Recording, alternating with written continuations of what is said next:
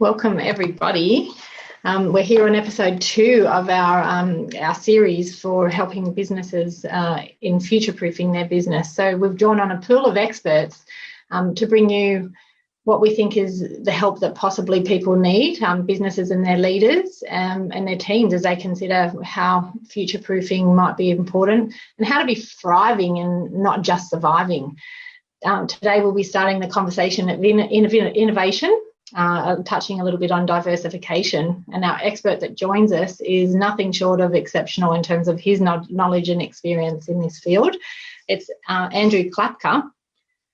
Welcome Andrew. A little bit about Andrew. He's the CEO of Transchem. He's a passionate advocate of innovation, provides advice to Australia's SME sector, managing global innovation for Lafarge, a leading European multinational. He holds an MBA in international business with qualifications in innovation management, and he helps companies with the Australian Institute of Company Directors. So welcome, Andrew, and thank you so much for your generosity and time with us today. I'm really looking forward to this webinar and this discussion, well, the start of the discussion. It's a big topic, isn't it? It is indeed, and and thanks for having me on board for this discussion. I think it's a topic that challenges a lot of businesses, both big and small, and it's one that's challenged a lot of businesses for quite a long time. I think so, and I think there's a sort of potentially a misunderstanding of what innovation can mean to a business. Like, it's not just, bringing a new product or a new service to your business, is it? It's right the way through the business where innovation and creativity, diversification, it covers a whole lot of topics. It feels a bit complex for some people, I think. Look, it does feel a little complex for a lot of businesses. I think a lot of businesses worry about the risk involved with innovation as well, because it is all embracing. It covers, obviously, in some instances, it's product driven and others service. But in order to get it right, there's a sort of an overarching culture that needs to be put in place to begin. And these are some of the things we'll talk about over the next few webinars. That's right. I'm super excited about this topic, and I'm so glad it's you that's joining me, because you just have such a wealth of knowledge, and across all sorts of different industries as well. It's not just the manufacturing and industry that you've got the stories to tell about your direct, experience in Transchem, but every single business needs to understand innovation and how it can actually needs to be an intrinsic part of their culture, right? Yes, look, I think so. I mean, you've got to always upgrade your offering, whatever your business's core capability or product offering may be. So it really is an ongoing process. I think now more than ever, it's very much of concern to some businesses, particularly those that are having to consider changing the way they do things in light of the recent events driven by the pandemic. So, and there is a very strong alignment between understanding how you might modify some of your approaches in your business and innovation. Yeah, too true. Well, so should we jump into the slides and sort of start the structured conversation? If people have got questions as we go, we'll try and answer them. If not, leave it till the end, unless you wanted to add anything at the beginning. No, look, that's fine. I think we'll cover a lot of the content as we go through. So if you are comfortable, I will jump into sharing the screen. Yeah, you share away. Let's see how we go.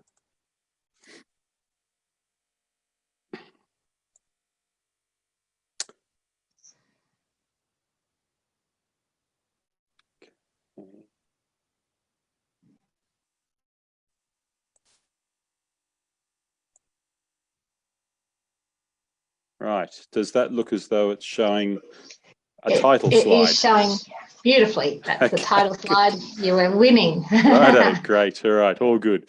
All right. So look, look again, just to reiterate, businesses large and small have difficulty with innovation. And as you just mentioned at the beginning, today I run a medium-sized pharmaceutical organisation, but perhaps more poignantly relevant to what we're talking about today, for a long period of time I ran building innovation as a global capability for one of the larger European multinationals. And this was a very large and well-resourced multinational that was listed on both the Paris and the New York stock exchanges. And I think what's interesting and what's relevant to what we're talking about today is that no matter, you had a lot of common challenges, no matter what country you're in, and no matter that this was a very large company with a lot of, you know, its R&D facility was some 400 people strong. But even so, it challenged with the basics, which was related to what we're going to talk about, which is just getting going with innovation in a way that will give you a profitable outcome. So that's just a little bit about my background and how it links through to what we're talking about. The practical, hands-on ways that smaller enterprises without the benefit of large resources can get going. So if I look at just the first slide there, I've tried to draw a connection to what's happening in the post-COVID world. Everybody by now is well and truly taking a hard look at what's changed in their business environment, how that might have affected the things and the offerings they make, what needs adapting, what needs modification, and all importantly, and Australia's ahead of the curve compared to a lot of countries, but as the economy gets going again, a strategic benefit is to come out of the gates in a position of strength, particularly built around quality and differentiation. And when we talk about differentiation, these directions of change are often well identified and well delivered by the processes of innovation. So you hear a much used term, pivot. So when determining how you're going to pivot, which way and why, and what's your rationale and how do you test your rationale, these are all fundamental processes of innovation. The other point I'd briefly make a note of is that, and this is just again to demonstrate that many businesses struggle with innovation. There's a variety of global indexes on innovation as a competency. Australia doesn't actually perform that well. We rank 22 out of the 23 OECD nations. And what it comes back to is a lack of people who are skilled in implementing innovation. Now, I'm not talking about the very popular STEM, STEM skills, science, technology, engineering, and mathematics. That's not what I'm talking about. I'm just talking about the fundamentals of how you begin and how you implement innovation. And of course, when people are not confident about how to get going with innovation, they worry about failure, they worry about the risk, and then it's not surprising to find that with many businesses, you've got innovation on a management agenda, but it tends to sit there and people look at it once a month, but things don't progress quite as easily as they should. So in this sense, again, what I wanted to sort of try and present with Executive Republic and your community, Laura, is really to talk about some of the basics that enable you as a small business, not a big, well-resourced business, but a small business to get going.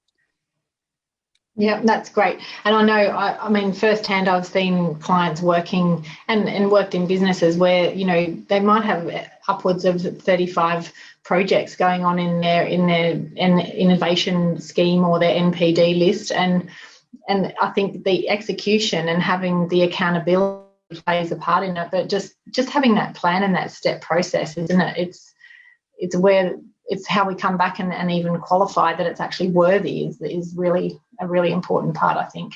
It is, and this, if you can have at the beginning a confidence that you are going to come up with a worthy, profitable, realistic innovation outcome that is going to be genuinely appreciated and purchased by your customer base, you will feel a lot more comfortable about it. And it is about getting some of those steps right in the beginning and also the validation along the way, as you say. So you and I, we've talked about a program of 4 webinars here, and what I want to really address as the high level objective is to really sort of communicate that by using a solid process, businesses need not be risk averse to innovation. And again, I stress I'm talking about smaller to medium-sized businesses, probably under 100 million, quite likely under 50 million turnover. And by working with a framework of steps, we can really work to reveal the profitable, I underline the word profitable, opportunities, reduce the uncertainty and manage the risk. And the way we're going to step through this, just as an overview, is the first webinar mainly today focuses on the first step there, which is where to begin. And we're also going to touch on appointing the innovation team. The second webinar I would propose to you will address how we build the culture and how we lead that culture. The third will be the actual process of discovery, how we actually find the opportunities. And then lastly, we'll look at how do we commercialize those opportunities? How do we pick the winners that you can rely on that will deliver real revenue and value to your business? So that's the overview of the 4 webinars. So if we talk specifically today over the next, I guess it's the next 20 minutes or so, the first webinar session is about focusing on getting started, setting diversity and appointing the team. And this is the main discussion for today. Yeah. So important as well, isn't it? Really. Yeah, well, look. I can't stress too strongly the number of times. It didn't matter whether I was working in Montreal or Madrid or in Frankfurt or Atlanta, wherever it was, with small teams, usually marketing teams of a large business unit. So often people were looking at this word innovation. They knew they had it as some kind of objective for their business unit, some kind of performance indicator, but where and how they began was so often a stumbling block. So if you can get going, begin. No one's expecting you to get it perfect all the way along, but with the right processes, you can steer in the right direction.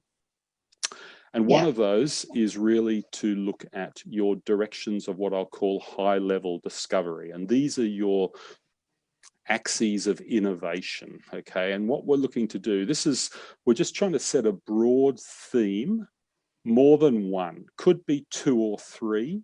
Some businesses go for more, but I recommend against that because you bite off more than you can chew. But if you have 2, maybe 3 high-level directions that you're going to seek out that innovative opportunity, this is a good way to start with diversity, capital D, right from the beginning. And the more you diversify, and you'll see other ways we diversify through this innovation process, this is how we manage to deliver real profitable outcomes at the end. It's a little bit like an investment strategy when you're investing in different companies' stocks, okay? Through diversification, we reach success. So in this example on the screen in front of you now, you might choose to have, very broadly speaking, something that is a smaller, higher risk, high return breakthrough innovation.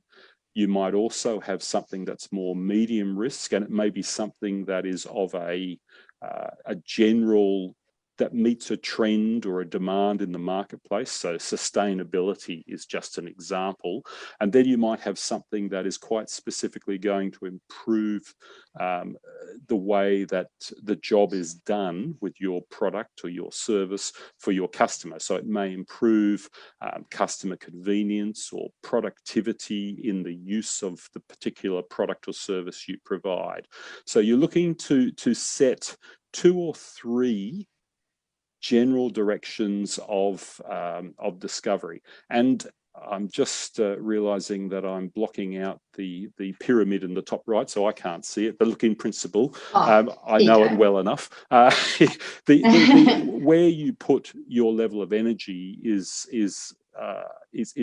married up to the size of the wedge in that pyramid. So you don't bet the farm or the whole business and all your invested resources into the highest risk, higher return.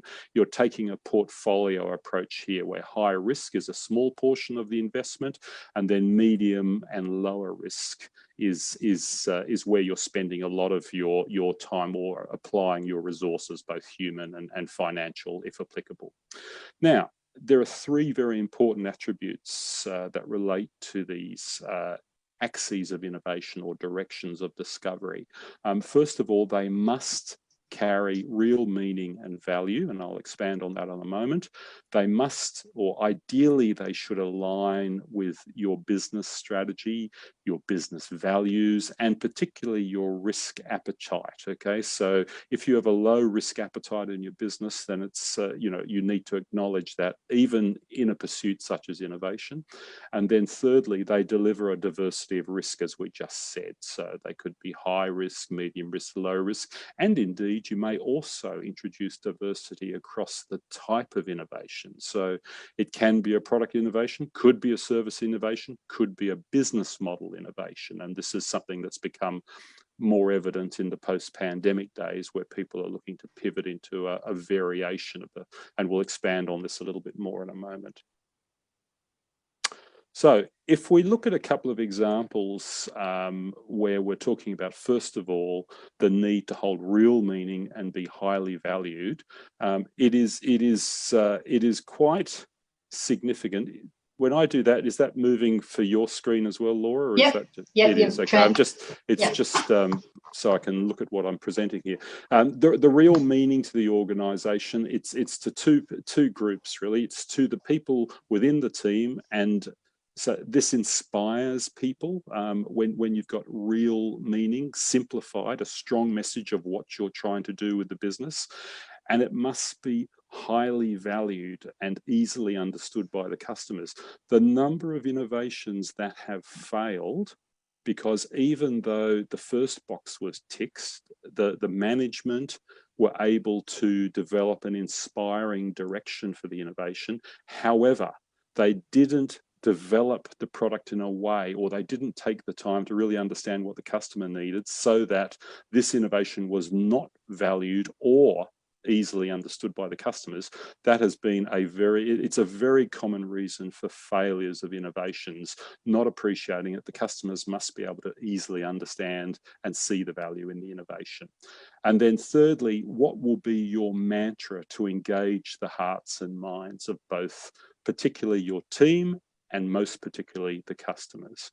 Look, you've got some good examples there. Big organizations, I grant you, but Think Differently was Apple. Organising world data was Google. Fulfilling their every wish was eBay. And to bring this into perspective, my own organisation, Transchem, bringing the next generation of health and wellness to Australia. These are powerful messages which are intrinsically and automatically understood by both your internal stakeholders, your staff, the people on the team, and indeed the external environment, which is your customer base. That makes sense, because sometimes we think that just because it makes sense to us as a business, and we get emotionally attached to it sometimes, don't we? So if we don't do our homework and think about we're keeping the customer in mind with everything, that's where we go wrong in the first place, like you say, isn't it? So true. And look, I can think of one very clear example in my mind where a person at an extremely high level of a very large organization had, I think the term is escalation of commitment to a particular innovation direction, and invested tens of millions of euros into this project because people just didn't want to. The original research was flawed, but there'd been such a commitment that the commitment had to keep going on, and eventually it was a change at the helm that allowed the very necessary change to take place, which was to actually kill off this project. Okay, and look, it's worth noting that with innovation, there will be you're not going to get 3 out of 3 every right. I mean, I wish I could say you would, but you probably won't. So one of the skills of innovation is recognizing when you need to kill off a project, because it does happen. Yeah. Okay, yeah. So coming back to the innovation of axes, they typically traverse two broad themes or spectrums. One is you're going to build on an established product. So you're going to try and exploit and improve an established product. This is referred to, I'm sure many have heard of the incremental innovation. And then secondly is looking for new horizons and new and potentially disruptive products, services, and models. So that, disruptive is a word that makes people a bit nervous. They don't have to be disruptive. You can have new products that aren't disruptive. Okay, it's just become quite popular to talk about new and disruptive products, but new products of a non-disruptive nature are just as useful. When we look at innovation, this is a fairly simple tool just to look at and consider how you view your organization and the spaces for opportunity. So there are three broad areas. There's your core organization. Okay, so this is where you might look for an improved logistic process. So look, in a simple example for me, which will make a difference, is I happen to carry many stock items for the pharmaceutical industry, and I've found that because there's a lot of uncertainty in shipping and logistics these days, I need to carry many more. This is a simple improvement to have much more floor stock holdings for my customer base and my organization, and this is something that is innovation at a simple level. It's a relatively low risk level beyond the cost of capital to hold more floor stock, but that's something within the core organization. One can then jump and look at adjacent opportunity spaces. So one can look at, for example, what are the skills you have within your business that might be able to be transplanted to somewhere nearby. And I'll use my own organization again. I'm about pharmaceutical, but a lot of the skills in what I do also relate to supplying the food and beverage industry as well. So we've developed a bolt-on subsidiary startup, which is exploring this adjacent opportunity space where we can apply the same skills that we have in the business. And then thirdly, you may look at completely what they call the white space opportunities. And if I use another form of description, people, know the story, of course, existing products to existing customers, existing products to new customers, and then you've got new products to an entirely new customer base. And I'll give some examples, but these are three areas when thinking critically about where that pivot opportunity might be, or that opportunity for innovation. It's good to think outside the box and consider the white space opportunities as well. Yeah. And the question that you can ask is, what can, as I said, how do you adapt that core competence within your business in a surprisingly different way? And the important word in that is a surprisingly different way. One of the real secrets for innovation research, which I'll touch on later in a subsequent webinar, is what surprises you when you're doing the research. What surprises you when you study what is happening with the application of your products and services with your customers? These surprises can often be the wellspring for innovation. So here's an example. All right, this is how a 3-star Michelin chef who's located in Chicago, if I'm not mistaken, has combined the wondrous use of art with how he serves, and he's become very famous, not only obviously for the quality and the creativity of the food in this restaurant, but the way that he seeks to emulate an artistic form and take artwork and he translates, so the food is delivered directly onto the table. It's not on plates, it's in an artistic form on the table. So each dish or each course, it probably takes a little longer, but it is pre-prepared as a form of artwork. So this has proven to be a very significant differentiator for this chef, though I suspect he was already a very good chef if he had 3-star Michelin, but there you go. You can imagine the thoughts for the people around him as he was trying to create that and explain it to them, thinking that you'd be crazy to splat food all over a table and not use a plate. Like, how, the challenges, I see that you can transfer the same sort of experience, people, thinking you're crazy with these outlandish innovations, and sometimes they actually just work. Yes, that's right. And it's having that willingness to explore the creative side there and recognize that not everything's going to work every time, but that's okay. If you explore in a sort of a sensible way, these are the kind of things that can be discovered. Yeah. Now, again, this is a slide to show the different areas that a business can look.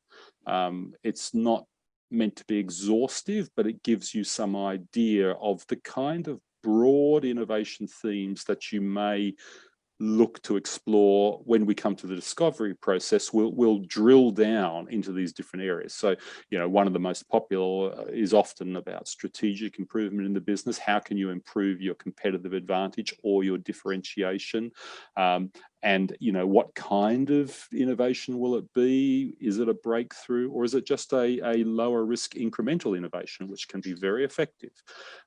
You may look to explore existing innovations by way of technology transfer. So have a look at, you know, if you happen to have similar, if you're one of a number of businesses where you have a business that's operating in Western Australia one way, and it might be operating in Melbourne another way, and because they've got different managers and different approaches, it's still the same fundamental business, but look for surprising, interesting ways that one of those business units is doing something better than the other, and ask yourself, would it be possible to transfer that technology across? On a larger scale, classically, companies will do this from country to country. So I used to look at what was happening in America for the manufacturing organization which I headed up, with a view to looking at how I could transfer those technologies to plants, or even to the application of products in other countries that had similar behaviors.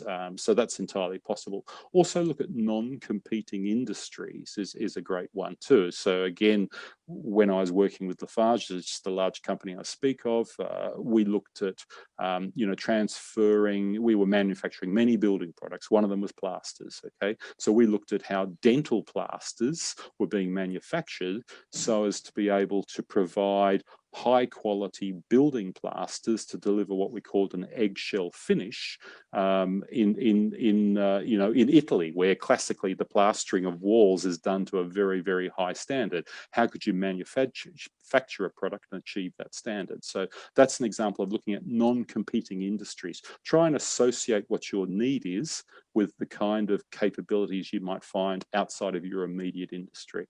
Unsolved mystery products is another popular broad innovation theme. What are those industry flaws that frustrate customers? What are those industry holy grails? One of the discovery processes we'll go down that we'll explore in webinar 3 is exactly how we understand unsolved customer needs. Okay, and every industry has them. You know, again, I cite, you know, up until even today, mobile phones are now getting great camera technology, so you don't carry a camera and a mobile phone, it's all combined. But it's really only been in the last 2 evolutions of products that was a holy grail that needed to be solved in the mobile phone industry. Similarly, people working with cement, dust, and inhaling particles of a dangerously small level. These were things that needed to be solved. Services-based improvements, sustainability, as I mentioned before, is a popular innovation theme as well. So again, just to show you a whole range of potential directions, which you can pick your 2 or 3 diversified strategic axes of innovation. Some more examples. An industry holy grail. Okay, this slide was prepared before this car became quite prevalent in Australia. But I mean, one of the big deals with very powerful cars is people who lend the car to their teenage son or daughter, or young adult son or daughter, and they worry about the car getting out of control. So this was a holy grail for the Ford Mustang, and they came up with MyKey. And MyKey is a good example of solving that by being able to limit traction control, speed, and things like that. So a good example there of a strategic axis of innovation. On another scale, here's an example where 3 axes have been blended or captured in one product, and that's speed, safety, and elegant design. We've got Alstom and the production of one of the high-speed trains in Italy here, where you've got, obviously quite a great design, as one would expect from Italy, or for Italy, and you've also got a vast improvement in terms of environmental friendliness, high recyclability, reduced CO2 emissions, and better performance as well. So they've combined speed, safety, and design are the three axes, and they've been captured in one product here. This is a building manufacturer where, in making all these materials, they had three axes that they pursued. One was energy efficiency, so again looking to improve the energy performance of buildings. For affordable housing, how to reduce construction costs and make it more affordable for particularly some of those low-income markets, and also how to reduce the environmental footprint in the manufacturing process itself. So again, three high-level titles or axes of innovation, within which each of them the discovery process would then be applied, and looking for that innovative outcome. And then this is just a final one. I heard this recently, but it's a good example of a white space opportunity, very much at home here. A Sydney retailer who, but their core business related to picture framing, but they were keeping an open mind to that white space opportunity, and believe it or not, they had a specialty interest in Doctor Who figurines, and it's been as a result of a 14-fold increase in this business's revenue base that they've enabled. It's been able to keep the revenue stream coming into the collective businesses there. So this was quite a good story there.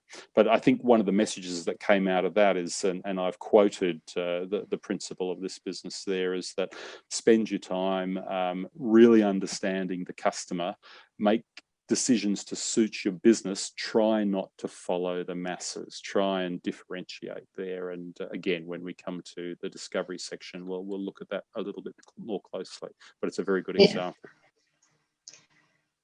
We've seen so much. It's been so impressive to see people's innovative and creative nature when it's become, where their back's against the wall, isn't it, as well? Oh, absolutely.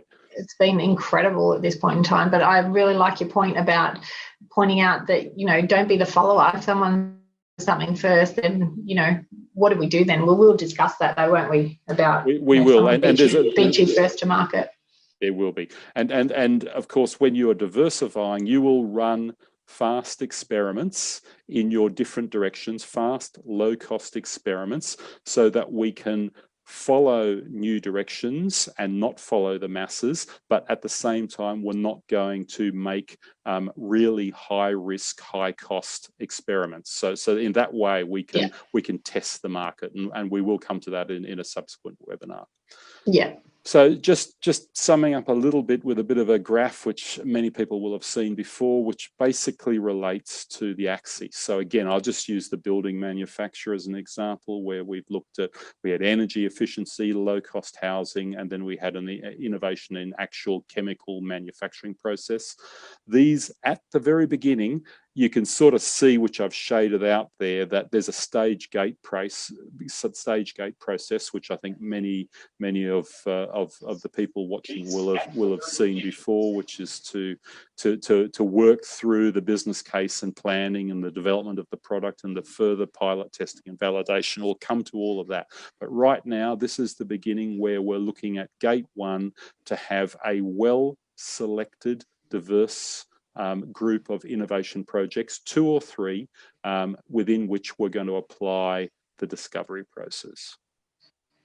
So moving now from strategic axes, Laura, I will just talk briefly about picking the team, and this will become a bit more of a discussion point in webinar 2, where we look at building culture, because the team will play an integral role in helping to build culture, an innovative culture across the organization.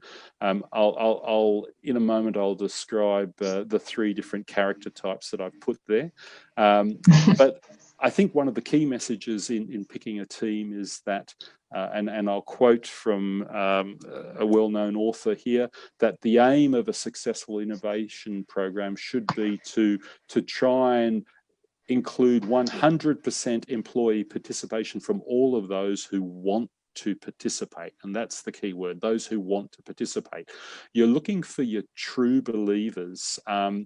And they're the people, and you'll be surprised, they will come from all corners and all functions. We tend sometimes to stereotype those who will form an innovation team to be, you know, classically from marketing or from R&D. And whilst it's true, you will include people from those functions if you have those functions.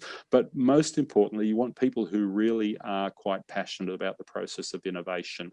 They're the kind of people who love to make change in all aspects of their lives. It can be work, but it may also be, you know, what they're doing with the local football team, what they're doing at home. They're the kind of people who are always contributing with new ideas. And they, as I said, they will come from all corners of your business. And the collaboration of these people means that you're funneling quite clever minds, but passionate minds towards a common goal and idea, and that is to seek out those those innovation opportunities. So this is a key starting tenet of selecting the team. If I take it a step further, this again, some may well have heard of about hire. You know, when you want a good startup or a good team, you want your hacker, your hipster, and your hustler. And really what we're saying here is that ideally we're going to have somebody who is technically very, very savvy, okay, about the business. And, you know, again, I come back to a very, dare I say, non-sexy product like, you know, plasterboard or a building material. These so often were the people who'd be out training the actual customers who would use new products. They were very savvy. They really understood the needs of the person on a building job site, okay? But what you're looking for here is someone who's really technically savvy about your product and how the customers use it. You may have hired that person some years ago from one of your customer groups, perhaps. Then you're going to have the hipster. And this is someone who also is very much in touch with the market. They're quite a creative thinker. They're seeing some of the unmet needs in the market because they're close enough to the customer. They're listening to the customers. They hear what the customers say. They hear the customers who repetitively tell them the same story about something that could be improved from customer to customer. These are the people who are in touch. And then thirdly, you have your hustler, who's the person who can pitch the concept there, and they can often, not always, but often be a team leader for the innovation team. They're a good communicator. They can pitch the concept. They can articulate the benefit. And as we said at the outset, it is vital that your innovation is, one, valued by your customer, and two, easily understood by the customer. So hence the concept of the hacker, the hipster, and the hustler. Some other, I like that. That's yeah, cool. I've not heard that. I've not heard that, those terms. It's like the new age theory about, you know, the old pillars and people who are strength, you know, it's good. No, It's very much so, very much so. And look, there are some other qualities that it's probably worth touching on briefly here when talking about the team. Firstly, understanding that when it comes to innovation, there are two ways of working. And I'm borrowing from a slide by an academic organization in France called INSEAD here. So I should appropriately source and reference that.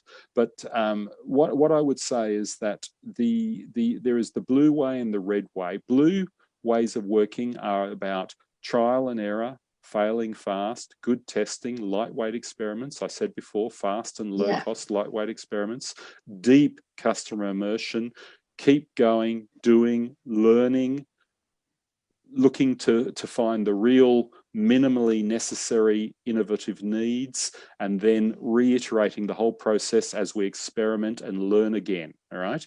The red way, and we all know these people, I mean, to a certain extent, this is who I am, the people who are much more into sort of flawless planning, rigorous analysis, business planning, thinking, thoughtful, and odds are the people who are our managers often, I shouldn't put people in boxes, but often you do discover that a lot of people in the management roles are of a red disposition there. So more than anything, it's about understanding in building an innovation team, you want to start off with people who have the qualities and characteristics of a blue way of working there, okay? And it's not to say that there isn't a role for the red people. Of course there isn't. And the way that we look at that is just in a simple organogram chart here, where you've got on the blue side, we've got our hackers, the hipsters, the hustlers, and there may be other people here. Again, I'm not trying to limit the makeup of the team here, but just as a guideline. But sitting off to that of a red disposition will be potentially you, the manager, the senior manager who's getting approval for the funds at board level or whatever it might be, or the application of resources. So you will be the project sponsor.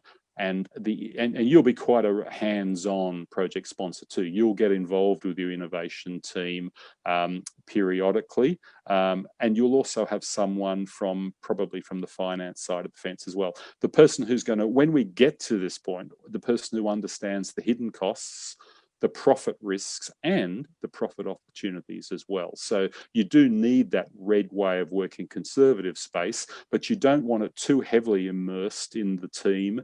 You want to give a lot of freedom, the startup qualities, if you like, to the innovation team in the first instance. It's sort of separately, and we'll look at this as a completely distinct and separate process when we will do the business case testing of the ideas later on. So that gives you a sense there. So look, in sum, Laura, that's all I was going to cover with everybody today. As I mentioned, webinar number 2. I'm not sure whether that date's correct, but I've just popped that in there for now. But we'll look at the culture, and then we'll go on to discovery, and then finally commercialization. But one of the things that I say again, and I started with a picture of a cup with the word begin on it.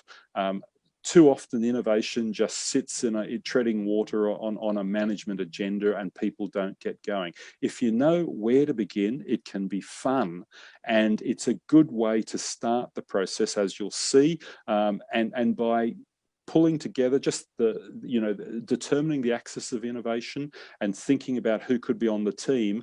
This is a great place to start with innovation, and it's a way that a small business can start moving. You don't have to have a lot of staff, okay? Believe me, my business is a small business now. So, when I have an innovation workshop happening in my business, I mean, half of my head office are in the room, okay? So, I mean, let's be clear. This is for the smaller to medium-sized enterprise just as much as it is for the large enterprise. Yeah, it's all transferable. Yeah, exactly.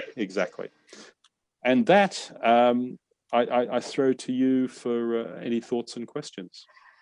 Yeah, well, look, I think that's a great place to start, because we don't want to go too far into the next part, because it's where people start to sort of shut down, thinking about the complexity and what it's going to take and how it might take away the attention of the job that needs to be done, of the today and the now, and reviewing all those things. But I think I like your point about getting the right team. I think in my experience, I find that there's a couple of mindsets where people think that they can't allow the time for other people to join in within their team. They think of it as downtime and lost productivity or whatever it is. But from at the point to making sure that it's right for the customer, we've also got to make sure that it's right and that can happen within our organisation, and understand if we need to outsource things and those sorts of things. Well, we'll go into detail with that as we go into the next few episodes, I'm sure.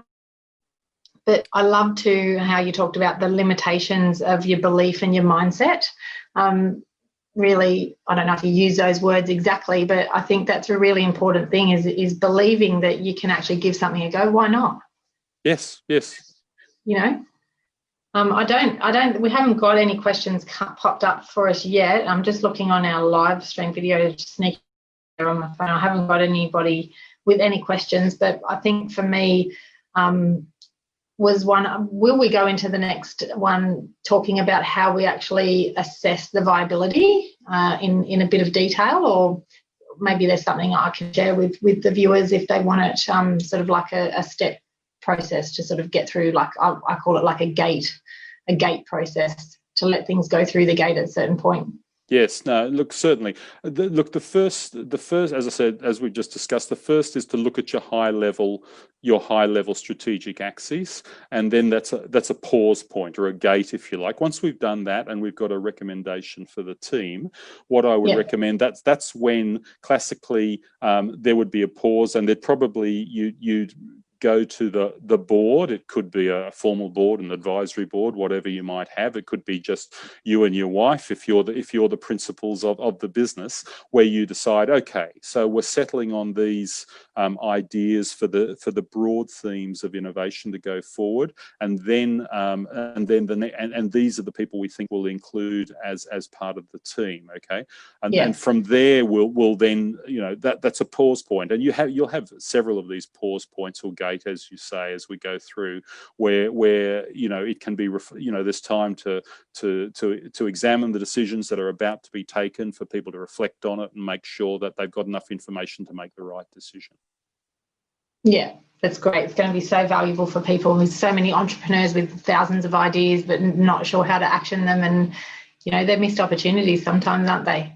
They are, and one of the tricks in innovation is to how you evaluate and put side by side those different opportunities, so you can quite clearly see which ones are likely to have the better opportunity to be a reliably profitable innovation outcome, a new product, service, or a modification to your model. And that's really what this is all about, is understanding how do you manage the risk and make this so much more achievable. Yeah, I love it, and I'm so grateful once again. Thank you, Andrew.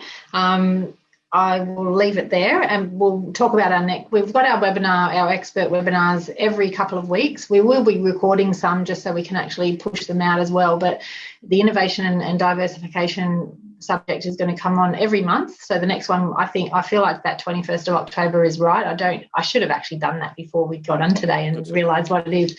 But they'll look out for those on Facebook and LinkedIn. We'll be sort of announcing them. But every couple of weeks we'll have something, what we think is good value from us. And, if you want to know us to talk to any topics, or if you feel like you're an expert yourself, just reach out to me. And if we're sharing around our business community, it's doing a people at the moment, right? Great. Yeah. Thanks again, Andrew. You take care. Right. We'll see you next time. My pleasure. All right. Okay. Cheers. See you then. Bye now. Bye.